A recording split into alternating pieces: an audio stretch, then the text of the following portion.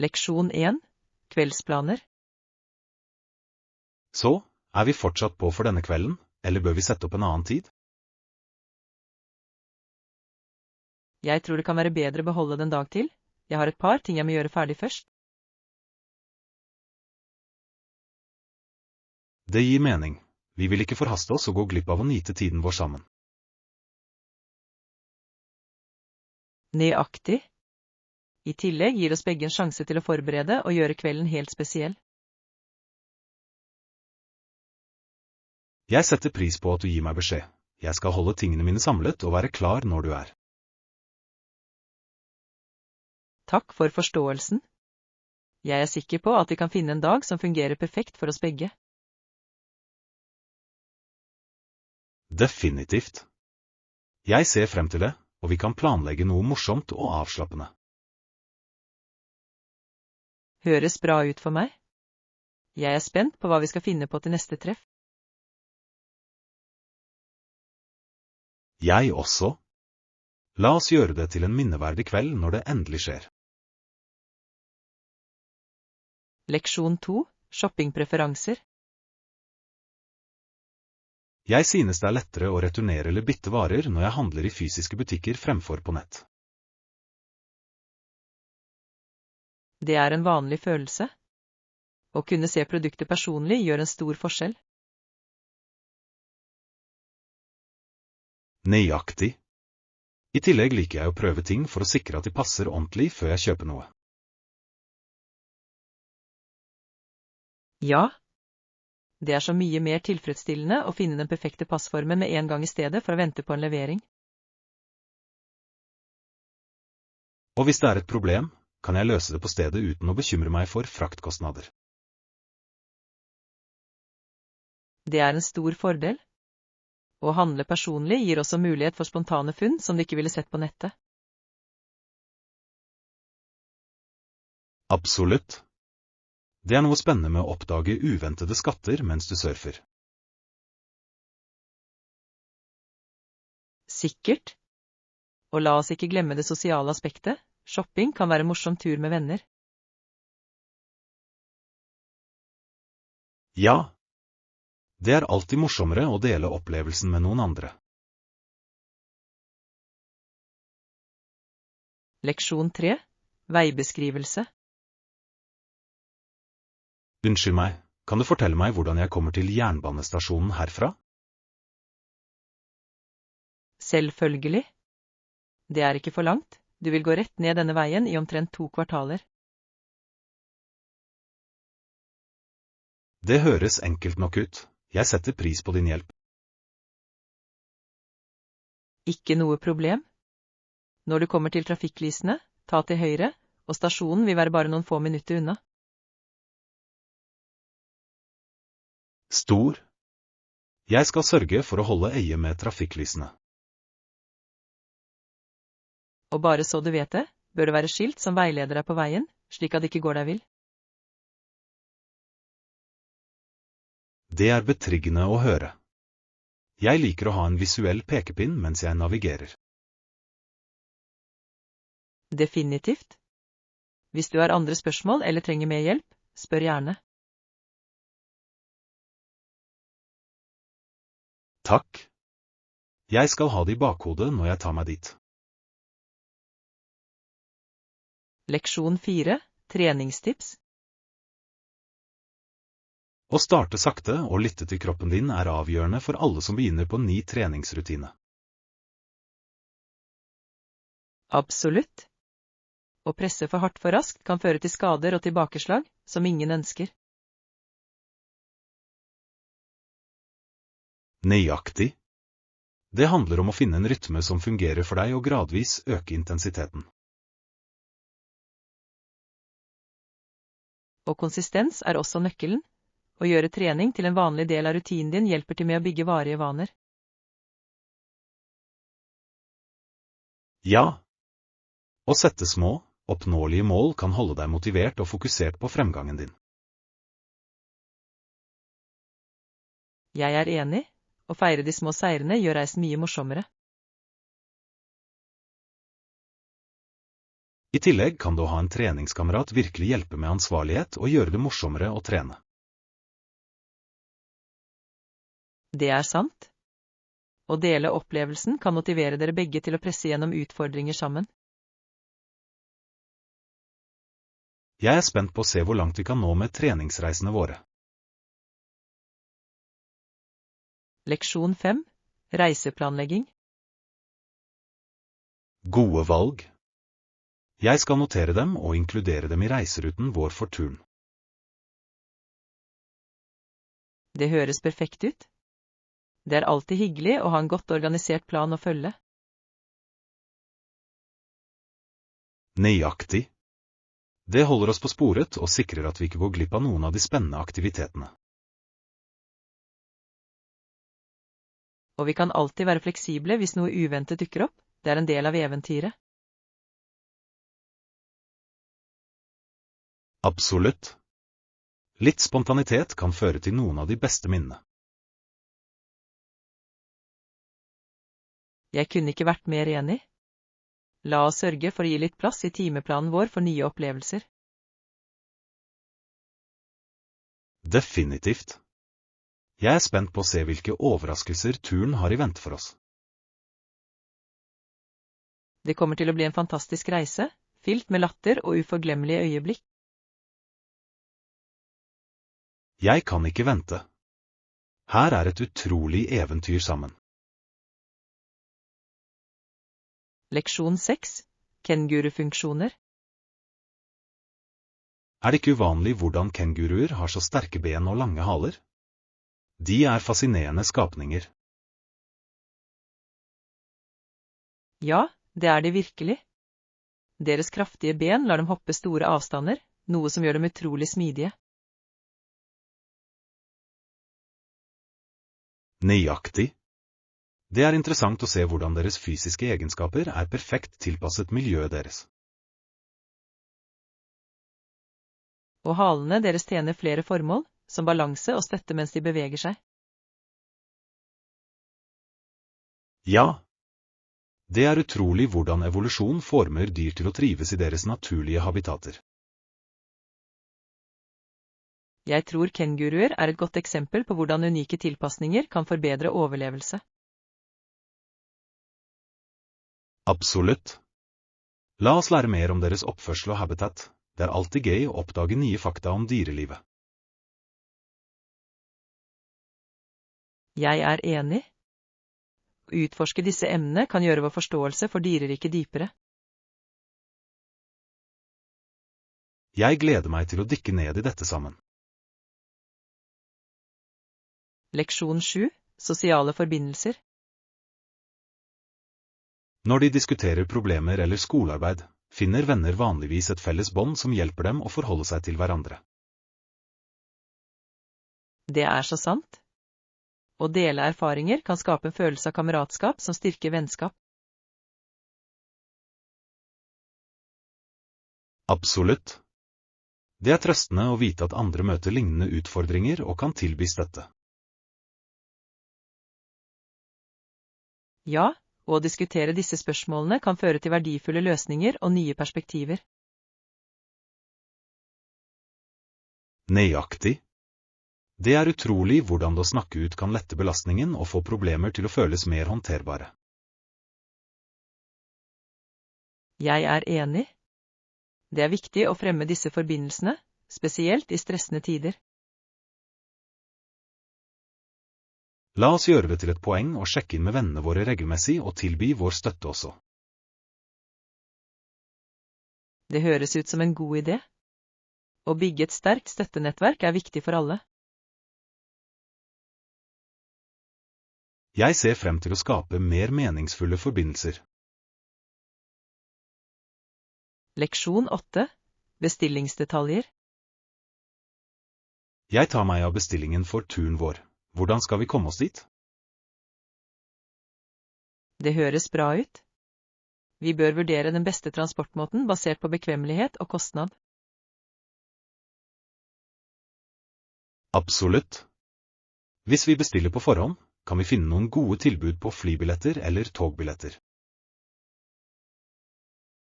Ja, og det er viktig å ta med reisetid for å sikre at vi kommer avslappet og klare til å nyte destinasjonen. Nøyaktig. La oss også sjekke om det er noen direkteruter for å spare oss for tid og problemer. Det er en smart idé. Jeg foretrekker å unngå opphold hvis det er mulig, spesielt hvis vi har bagasje. Avtalt.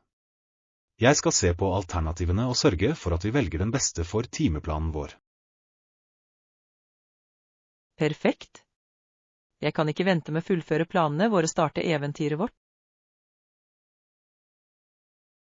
Det blir en spennende tur.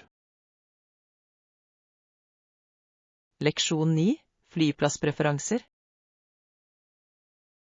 Jeg vil gjerne ha et vindussete, vær så snill. Det er favorittstedet mitt på et fly. Det er et godt valg. Utsikten fra vinduet kan gjøre flyturen så mye morsommere. Absolutt. Å se skyene og landskapet nedenfor er alltid fascinerende. Ja, og det gir en følelse av perspektiv som du ikke kommer på bakken. Dessuten synes jeg det er lettere å slappe av og finne meg til rette når jeg har utsikt utenfor. Jeg er enig. Det kan være ganske beroligende å se ut på naturen mens du flyr. Er det noen ekstra kostnad for å reservere et vindussete, eller er det inkludert? Jeg tror det avhenger av flyselskapet, men mange tar ikke ekstra betalt for standard setevalg. La oss dobbeltsjekke detaljene før du bestiller for å sikre at det ikke er noen overraskelser.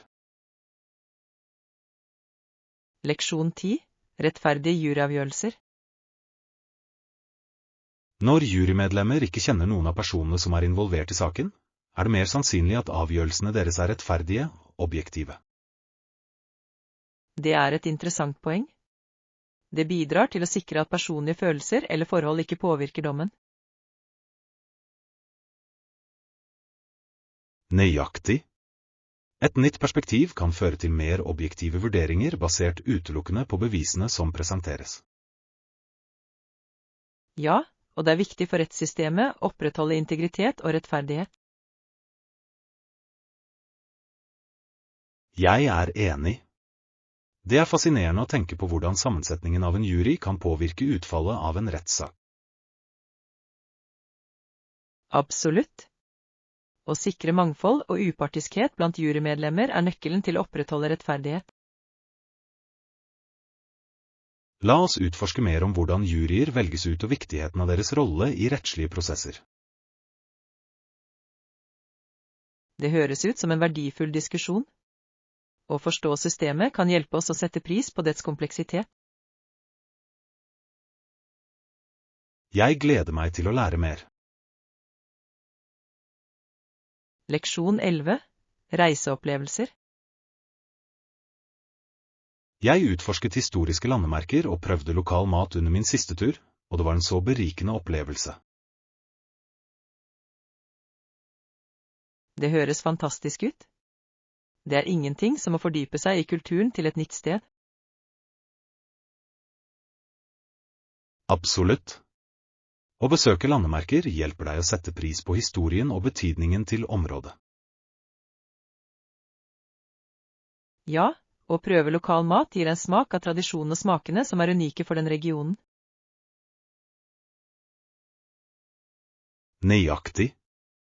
Jeg elsker hvordan hvert måltid kan fortelle en historie og koble deg til den lokale kulturen. Jeg er enig. Det er fascinerende å lære om ingrediensene og tilberedningsmetodene som brukes i forskjellige kjøkken. La oss planlegge vår neste tur for å inkludere mange kulturelle opplevelser og deilig mat. Det høres perfekt ut. Jeg gleder meg til å oppdage mer om verden gjennom reiser.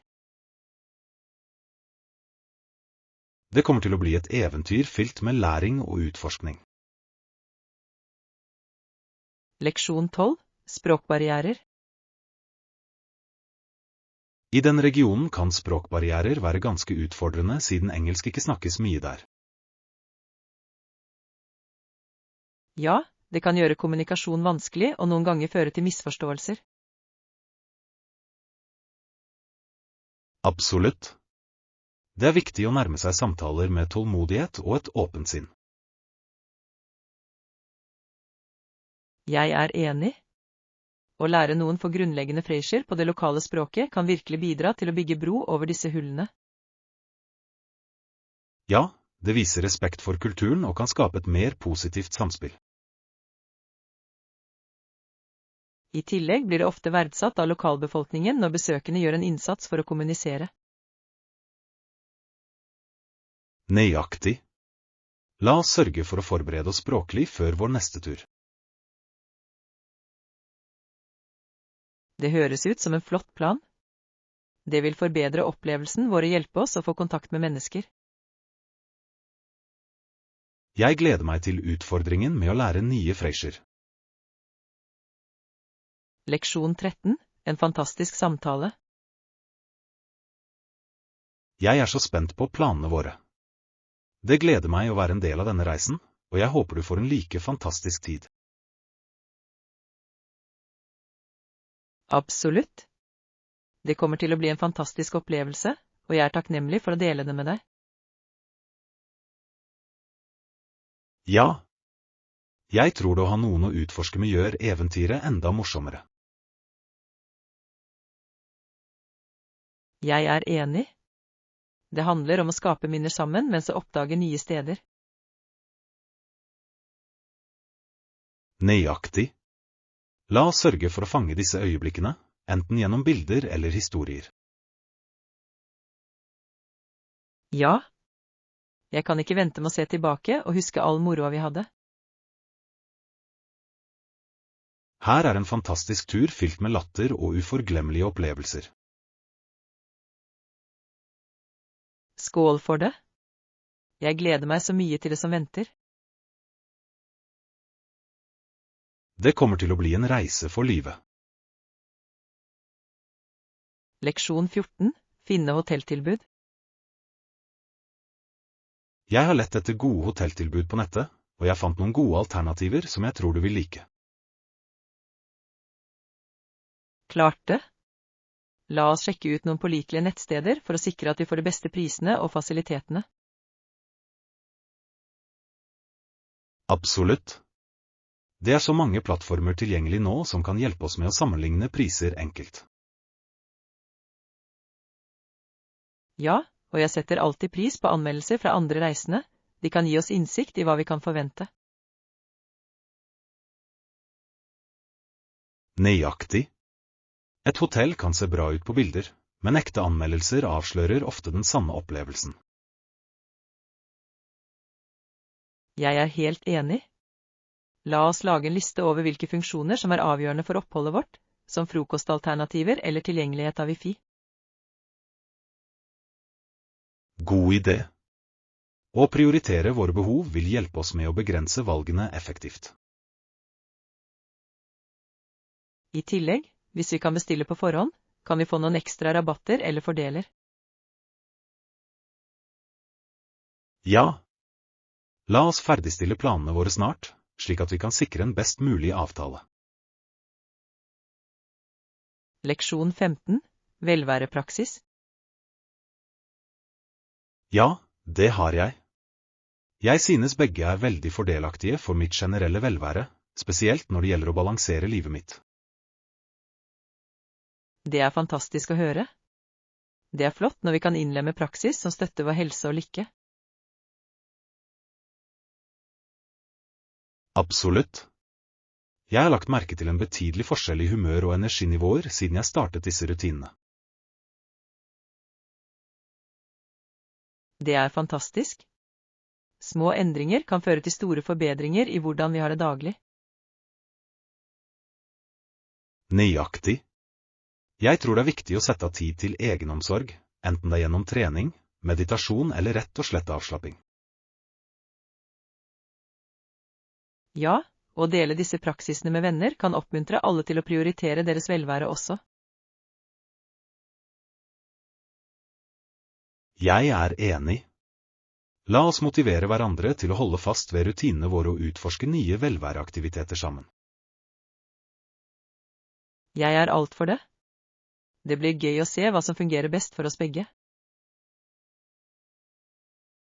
Jeg gleder meg. La oss prioritere helsen vår i år. Leksjon 16, idrettshistorie. Det er interessant hvordan idretter som baseball, svømming og golf har dominert den atletiske scenen gjennom årene. Absolutt. Hver av disse idrettene har en rik historie og har produsert noen utrolige idrettsutøvere. Interessant nok ser det ut til at Dietrichson alltid finner en måte å utmerke seg på disse konkurranseområdene, og flytte grensene for hva som var mulig. Ja, det er inspirerende å se individer slå rekorder og oppnå storhet i sine respektive idretter. Og det fremhever engasjementet og det harde arbeidet som disse utøverne legger ned i treningen. Nøyaktig. Historiene deres motiverer ofte håpefulle idrettsutøvere til å forfølge drømmene sine. La oss utforske mer om reisene deres og hvordan de overvant utfordringer for å nå toppen. Det høres ut som en god idé. Å lære av deres erfaringer kan være en verdifull lærdom for alle. Jeg er spent på å dykke inn i sportens verden og oppdage mer om disse utrolige figurene. Leksjon 17, tillit til teknologi. Har du noen merker i tankene du stoler på for elektronikk? Ja, jeg har en tendens til å holde meg til selskaper som har et solid rykte for kvalitet og kundeservice. Det høres lurt ut. Det er viktig å velge merker kjent for pålitelighet, spesielt for teknologiske produkter. Absolutt. Jeg sjekker alltid anmeldelser og vurderinger før jeg kjøper for å sikre at jeg får det beste. Jeg er enig. Det er så nyttig å høre fra andre kunder om deres erfaringer med spesifikke produkter. I tillegg tilbyr noen merker garantier, som kan gi trygghet i tilfelle noe går galt. Ja, en god garanti kan utgjøre hele forskjellen, spesielt med dyr elektronikk. La oss sette sammen en liste over pålitelige merker og produkter før vi går og handler. Det er en god idé. Å være informert vil hjelpe oss å ta smarte valg. Leksjon 18, karriere etter fotball. Etter sin strålende fotballkarriere våget han seg til skuespill og TV-kommentarer, noe som var litt av en overgang. Ja, det er fascinerende å se idrettsutøvere ta sin berømmelse i nye retninger, spesielt innen underholdning. Men da han ble siktet i juni 1994, endret det offentlig oppfatning dramatisk. Absolutt. Slike hendelser kan drastisk endre hvordan fansen ser på idolene sine. Det fremhever virkelig kompleksiteten til kjendis og hvordan et øyeblikk kan endre en karriere. Ja, og det er en påminnelse om at offentlige personer fortsatt er mennesker og kan møte alvorlige utfordringer. La oss utforske mer om reisen hans og hvordan han klarte å navigere disse opp- og nedturene. Det høres ut som en verdifull diskusjon. Å forstå disse fortellingene kan lære oss mye. Jeg ser frem til å dykke dypere inn i dette emnet. Leksjon 19, bare ta med deg selv. Er det noe mer jeg kan hjelpe med før arrangementet? Ingen grunn til bekymring. Bare ta med deg selv, det er alt jeg trenger. Høres bra ut. Jeg gleder meg. Jeg også. Det kommer til å bli en flott tid. Synes du vi bør forberede noe spesielt? Jeg tror bare nyte hverandres selskap vil være nok. Du har rett. Noen ganger er enkelhet den beste tilnærmingen. Nøyaktig. La oss holde det avslappet og morsomt. Jeg kan ikke vente. Vi sees der. Leksjon 20. Kulturopplevelser. Har du reist til noen interessante steder i det siste? Ja, jeg reiste til India i fjor, opplevde en annen kultur. Det høres fantastisk ut. Hva var høydepunktet på turen din? Jeg elsket å utforske de pulserende markedene og smake på gatematen. Jeg kan tenke meg. Smakene må ha vært utrolige. Absolutt. Det var en fest for sansene. Fikk du besøkt noen kjente landemerker? Ja, Taj Mahal var fantastisk. Wow, det er definitivt på listen min. Leksjon 21. Utforske pad thai. Har du prøvd å lage pad thai før? Ja, jeg elsker det. Det er stekte nudler med peanøtter, bønnespirer og mer. Høres deilig ut. Hva mer pleier du å legge til? Noen ganger inkluderer jeg reker eller kylling for ekstra protein. Det høres fantastisk ut. Jeg elsker hvor allsidig den kan være. Definitivt. Du kan tilpasse den til din smak. Hva pleier du å servere den med? En skvis lime og litt frisk koriander hever virkelig smaken. Jeg må prøve å lage den selv, det høres så bra ut. Leksjon 22. Tilpasning til behov. Hvordan møter vi disse behovene samtidig som vi tilpasser produktene og tjenestene våre for å passe markedet? Det er et kritisk spørsmål. Å forstå kundenes behov er avgjørende for vellykkede forretningsstrategier. Absolutt. Vi må lytte til tilbakemeldinger og være fleksible i vår tilnærming til innovasjon. Ja, tilpasning til skiftende krav kan skille oss fra konkurrentene. Nøyaktig. Det handler om å være proaktiv og forutse trender før de dukker opp fullt ut. Jeg er enig. Å holde fingeren på pulsen på markedet sikrer at vi holder oss relevante.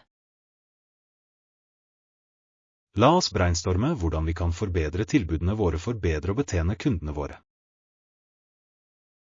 Det høres ut som en god idé. Å samarbeide om dette vil føre til mer kreative løsninger. Jeg gleder meg til å se hva vi kan finne på sammen. Leksjon 23. Planlegge en tur. Planlegger du en tur snart? Jeg er nysgjerrig på reiseplanene dine. Ja, jeg skal på backpacking i Europa, og jeg er veldig spent på det. Det høres fantastisk ut. Europa har så mye å tilby når det gjelder kultur og eventyr. Absolutt. Jeg gleder meg til å utforske nye byer og møte interessante mennesker underveis. Når planlegger du å reise? Det er alltid greit å ha en tidslinje for pakking og forberedelser. Jeg planlegger å reise neste måned, så jeg har litt tid til å ordne alt. Det er smart. Det vil gi deg god tid til å undersøke reisemål og planlegge reiseruten din. Ja, og jeg vil sørge for at jeg pakker lett, men også har alt jeg trenger på reisen. La oss gå gjennom pakkelisten din sammen for å sikre at du ikke glemmer noe viktig. Leksjon 24, flyretningslinjer. Hei, er kjæledyr tillatt på denne flyvningen? Jeg vil være sikker på at jeg kan ta med den lille hunden min. Ja, små kjæledyr er tillatt i hytta, noe som er gode nyheter for reisende som oss. Det er fantastisk. Jeg ville føle meg mye bedre å vite at min pelskledde venn kan være med meg under flyturen. Absolutt. Det er mye mer trøstende å ha dem i nærheten i stedet for å la dem være hjemme eller i en kennel. Jeg er enig. Jeg må sjekke de spesifikke kravene for å ta med hunden min, som størrelsen på transportøren. Ja, det er viktig. Hvert flyselskap har sine egne regler, så det er godt å være forberedt. Jeg skal også sørge for å pakke noen av favorittlekene hans for å holde ham rolig under reisen. Det er en smart idé. Kjente gjenstander kan virkelig bidra til å lette deres angst i nye situasjoner. Jeg ser frem til å dele denne reiseopplevelsen med kjæledyret mitt. Leksjon 25, leseinnstillinger. Jeg elsker skjønnlitteratur og mysterieromaner. De tar meg virkelig med inn i en annen verden. Det er fantastisk. Det er noe magisk med å rømme inn i en god bok fylt med spenning og intriger. Absolutt. Jeg opplever at å fordype meg i en annen historie hjelper meg å slappe av og slappe av. Ja, og vendingene i et mysterium kan holde deg på kanten av setet. Nøyaktig. Jeg liker å prøve å gjette utfallet før jeg når slutten av boken. Det er alltid morsomt å se om instinktene dine var riktige, eller om forfatteren overrasker deg. Jeg er enig. La oss dele noen av favorittitlene våre med hverandre. Jeg er alltid på utkikk etter nye anbefalinger. Det høres flott ut. Jeg vil gjerne høre om bøkene som har fengslet deg nylig. Jeg gleder meg til å bytte ut listene våre og oppdage nye forfattere sammen.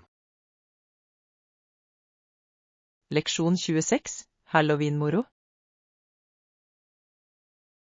Den voksne som åpner døren later som om han er redd og legger så godteribiter i hvert barns åpne pose. Det høres ut som en morsom Halloween-tradisjon. Det legger til et overraskelsesmoment for barna. Ja, jeg tror det er en fin måte å engasjere seg i samfunnet og gjøre opplevelsen minneverdig. Absolutt. Spenningen i barnas ansikter når de mottar godteri er uvurderlig. Jeg er enig. Det er de små øyeblikkene som skaper varige minner for dem. I tillegg viser det hvor mye moro voksne kan ha det under Halloween også. Nøyaktig. Alle får være med på festlighetene og dele en latter. La oss sørge for å få noen kreative kostymer til neste Halloween for å holde ånden i live. Jeg er spent på det. Det blir en fantastisk måte å feire sammen på. Leksjon 27, økonomiske utfordringer. Jeg har ikke råd til en ny bil eller datamaskin til ham akkurat nå. Det har vært vanskelig å administrere utgifter. Jeg forstår fullt ut. Økonomiske begrensninger kan virkelig begrense våre alternativer. Nøyaktig. Jeg så på ham i helgen, og han så ut til å slite med det gamle utstyret han har. Det er frustrerende. Det er vanskelig å se noen du bryr deg om montere utdatert teknologi. Ja, og jeg skulle ønske jeg kunne hjelpe ham mer, men jeg må prioritere mine egne utgifter akkurat nå. Jeg skjønner det. Kanskje det er noen rimelige alternativer dere kan utforske sammen? Det er en god idé. Å se på brukte alternativer kan være en løsning. Absolutt. Noen ganger er brukte ting like bra og kan spare mye penger. La oss brainstorme noen alternativer som kan fungere for ham uten å bryte banken. Leksjon 28. Lån en bærbar datamaskin. Kan du låne meg den bærbare datamaskinen i noen timer? Jeg har noe presserende arbeid å fullføre. Selvfølgelig. Men hva har du tenkt å gjøre med det? Jeg må fullføre en presentasjon for et kommende møte, og datamaskinen min fungerer. Jeg forstår. Bare sørg for å lagre alt riktig og returnere det så snart det er ferdig. Absolutt. Jeg tar godt vare på den og sørger for at den kommer tilbake til deg raskt. Takk. Jeg setter pris på at du tar ansvar for tingene mine. Ikke noe problem. Jeg skal sørge for å holde den i perfekt stand mens jeg bruker den. Stor. Bare gi meg beskjed hvis du trenger hjelp med presentasjonen. Jeg vil. Dine innspill er alltid verdifulle. Leksjon 29. Landsbyliv. Tempoet i landsbylivet er så forskjellig fra byen. Det er utrolig fredelig og avslappet. Jeg er enig. Det er en viss sjarm til det enkle livet i en landsby. Ja, og folk liker også å tilbringe ferien i nærheten av innsjøene som ligger like ved. Det høres deilig ut. Å være ved vannet kan være så avslappende og forringende. Nøyaktig. Det er et perfekt sted for å fiske, bade eller bare nyte naturen. Jeg tror de stille øyeblikkene som tilbringes ved innsjøen kan skape vakre minner. Sikkert. La oss planlegge en helgetur til en landsby ved en innsjø snart. Det vil jeg gjerne. Det ville vært en fantastisk flukt fra bylivets kjas og mas. Jeg kan allerede se for meg at vi nyter stillheten og frisk luft. Leksjon 30. Reisefrustrasjoner. Det er veldig frustrerende. Rapporterte du det til flyselskapet om ditt forsinkede fly? Ja, det gjorde jeg, men de virket overveldet av klager og kunne ikke gi mye hjelp. Det er skuffende. Det er tøft når du trenger hjelp og personalet er tynt. Absolutt. Jeg håper på en rask løsning, men det ble en lang ventetid. Jeg kan tenke meg. Flyselskaper bør ha bedre systemer for å håndtere forsinkelser. Ja, det ville gjøre opplevelsen så mye jevnere for alle involverte. La oss håpe de tilbyr kompensasjon for lange forsinkelser, men noen ganger er det ikke verdt bryet. Nøyaktig. Det kan være mer trøbbel enn det er verdt å jage etter det de tilbyr. Jeg tror det er viktig å holde seg rolig og tålmodig, selv i disse frustrerende situasjonene.